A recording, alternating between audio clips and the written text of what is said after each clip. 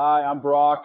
I'm Jim. Before we get started, if you want to stay ahead of the cattle markets, sign up for our free daily briefing at herdadvisor.com. It's delivered right to your inbox every morning, 5-minute read. And when you're ready to dial things in, the easiest way to add $300 per head is timing your sales right and choosing the right sale barn. That's what the Cattle Market Guide helps you do. For just $75 a year, less than taking your wife out to dinner. Check it out at herdadvisor.com. Welcome back to another episode of the Cattle Market Guys, your trusted midweek market check for November 25th, 2025.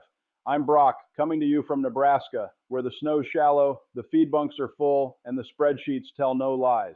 And I'm Jim, out here in West Texas, where the cattle are tough, the coffee's stronger than a mule's kick, and folks still argue about who had the best Hereford bull back in '82. Appreciate y'all joining us today.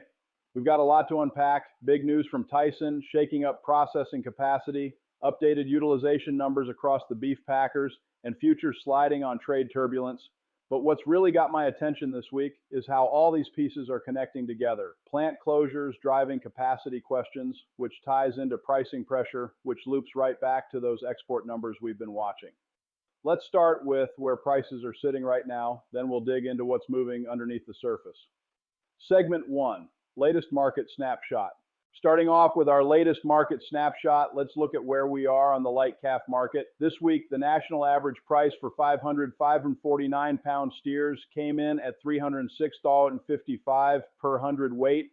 That's for the past few days, and while it's softer than we'd like to see for late November, especially given feed costs, there's an interesting forecast shaping up. Looking at the predictive models, we're seeing an expected rise in prices over the next month. 1 week out is showing 330.43, 2 weeks jumps to 341.94, and by 3 weeks we're looking at 346.30 before a slight dip back to 340 in the fourth week. So even with cattle futures sliding this week, the short-term outlook has some upside potential baked in. Now, speaking of those futures, Reuters and the cattle site are both reporting pressure on cattle futures stemming from tariff rollbacks and worries about increased imports. Lean hog prices are hitting lows we haven't seen since April, and that's spilling over into beef. The CME saw futures slide with some of that movement tied to broader protein markets and trade policy jitters out of China. Jim, what's your gut say when you see futures dipping but short-term calf prices pointing up? Well, Brock, I've always said markets are like a drunk cowboy. They might stumble on the futures, but sober up come sale day. Feels like buyers are betting light calves will be in tight supply, even if the board isn't feeling too optimistic right now. It certainly tracks with the predictions. The question is whether those projections can hold up against what's happening on the processing side. And that cloud hanging overhead, that ties right into our next topic, Tyson's plant closures and what that means for the whole industry. Because when you pull that much capacity out of the system, those beautiful price projections start looking a whole lot shakier. Segment 2, Tyson plant closures. So here's the headline that's sending shockwaves through the beef sector. Tyson is closing its Lexington, Nebraska beef processing plant and reducing shifts in Amarillo, Texas.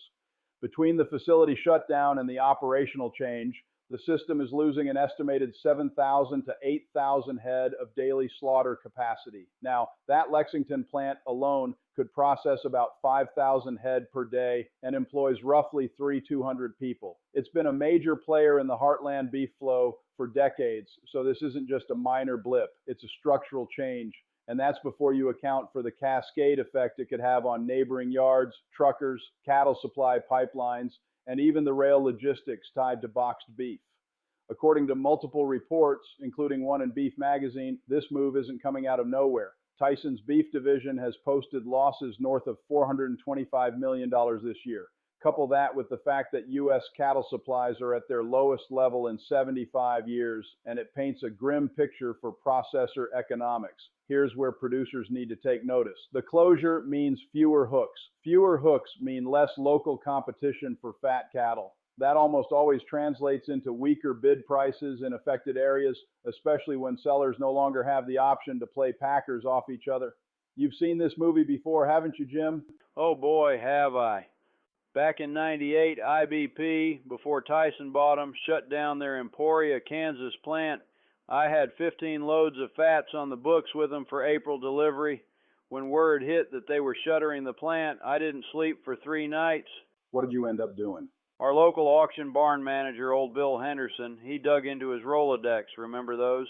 And got us retargeted into Excel's Dodge City facility. Cost us extra freight, and I lost a dime a pound, but we had a home for 'em. And that's exactly the kind of scramble producers are facing right now in Nebraska and parts of Texas. Because when slaughter capacity contracts, the pain radiates outward real fast. According to what we've seen historically, like in cases just like Emporia, those regions surrounding plant closures can see fed cattle bids drop 6 to 8% in a hurry. For Nebraska and the High Plains, folks need to start reviewing their marketing game plans now, not 2 weeks from now when the plant doors actually close. With one less bidder at the table, you've got to be sharper on timing, relationships, and transportation strategy. The calculus is different now.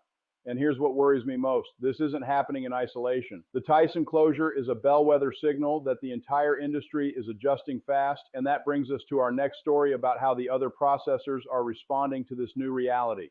Segment 3, Processing Industry Adjustments. With Tyson opening the floodgates by closing Lexington, all eyes have turned to how the rest of the beef industry is adjusting to these tight cattle supplies. What we're seeing across the sector is a coordinated move to increase plant utilization from about 80% up to 90%. That's a 12.5% gain in throughput efficiency, which in plain terms means processors are trying to do more with fewer facilities. The competitive response has already begun. Some of Tyson's rivals are tweaking operating hours, consolidating shifts, and obviously watching to see how this realignment ripples through supply chains. The Kansas Livestock Association convention became something of a think tank this week, with producers and processors alike debating which region can support continued multi-plant activity and which ones can't. At the same time, there's an interesting subplot developing. Walmart Beef, their Kansas processing facility, just secured a $257 million incentive package to support what they're calling a retail-ready beef category expansion. That's Walmart stepping up their vertical integration game at a time when traditional packers are consolidating. What that tells me is we're entering a dual-track world. Traditional processors trying to get leaner, while retail giants fortify their control over the chain. That dynamic is going to shift leverage points for producers, especially backgrounders and cow-calf operators who used to rely on regional processors. Sounds like we're officially in the get big, get niche, or get out part of the cycle again. That line hits the nail on the head, Jim. For producers, it's a critical moment to start asking, where do I fit and how can I stay nimble? If you're feeding cattle in a traditional selling arrangement, this is the time to tighten relationships with your buyers. Forward contracts, custom feeding arrangements, even value-added programs, those are all tools you're going to need in your kit. Also, don't discount the strategic role of smaller regional processors. If the majors are trimming, there's going to be renewed interest in mid-scale outfits that can offer more consistent bid activity, but they'll get booked fast. So if you've got a regional player you've worked with before, now's the time to make that phone call. What's your take on the smaller plants, Jim? Efficiency ain't always the same as reliability. That old freezer depot down in Fredericksburg might not run 800 head a day, but you knew what you were getting each time. And knowing what you're getting can sometimes be worth more than chasing the high water bid, especially in a market environment like this one, where uncertainty is the name of the game. Let's pivot now to another source of uncertainty that's hitting markets hard this week: trade, tariffs, and export flows. Because if plant capacity is the supply side headache, trade policy is the demand side migraine. Segment 4, Market Impact and Trade Issues. Right now, the Cattle Futures Board is under pressure. As of this week, futures prices have dropped to their lowest level since July of 2025. A big driver behind that is the recent rollback on some U.S. tariffs tied to Asian trade partners, which triggered fears of import displacement. According to reporting from CME and the cattle site, one of the harder hits came on lean hog futures, but the spillover clearly weighed down live cattle as well. The market's nervous about increased foreign protein entering U.S. cold storage channels, especially as domestic supplies are already tight and U.S. consumers are price sensitive. Then there's the export side. Data just came in showing U.S. beef exports to China have hit a historic low. China's standoff with U.S. trade officials continues, and that has cut off what was once the fastest growing overseas market for American beef. While there's been some minimal offset from growth in Korea and Central America, it's not enough to plug the hole. The practical takeaway here is this: the global protein chessboard remains highly unstable. For producers, that means added basis risk, especially on any cattle tied to grid pricing structures that rely on boxed beef export premiums. When the foreign markets dry up like this, how do producers usually weather it? You've been through these cycles before. You circle the wagons and watch your break-evens like a hawk.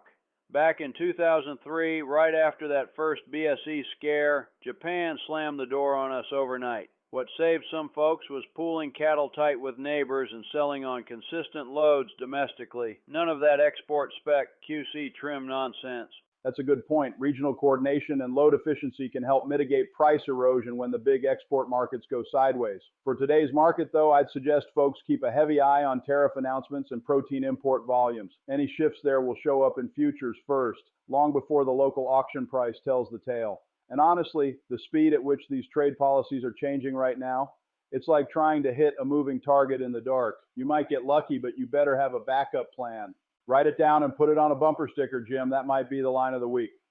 All right, folks, let's bring this all together. Tyson closing its Lexington plant takes 5,000 daily head out of the system and drops a major buyer from the regional market, which means producers in Nebraska and the Texas Panhandle need to be rethinking their marketing channels right now. Industry-wide, processors are aiming to boost utilization to 90%, and Walmart is leveraging that shift with its own facility supported by $257 million in incentives, so the competitive landscape is evolving fast. And on the trade front, issues are putting downside pressure on futures, with exports to China hitting historic lows and tariff policy stoking import fears. If you're in production, this is the moment to reevaluate your marketing channels and stay nimble. Relationships, regional flexibility, and load coordination, those will matter more than ever heading into December. Write it down and put it on a bumper sticker, Jim. That might be the line of the week. All right, folks, let's bring this all together. Current steer prices are holding at $306.54, with projections aiming north of $440 over the next month, but those projections are built on assumptions that may not hold if capacity keeps shrinking. Tyson closing its Lexington plant takes 5,000 daily head out of the system and drops a major buyer from the regional market, which means producers in Nebraska and the Texas Panhandle need to be rethinking their marketing channels right now. Industry-wide, processors are aiming to boost utilization to 90%, and Walmart is leveraging that shift with its own facility supported by $257 million in incentives, so the competitive landscape is evolving fast. And on the trade front, issues are putting downside pressure on futures, with exports to China hitting historic lows and tariff policy stoking import fears. If you're in production, this is the moment to reevaluate your marketing channels and stay nimble. Relationships, regional flexibility, and load coordination, those will matter more than ever heading into December.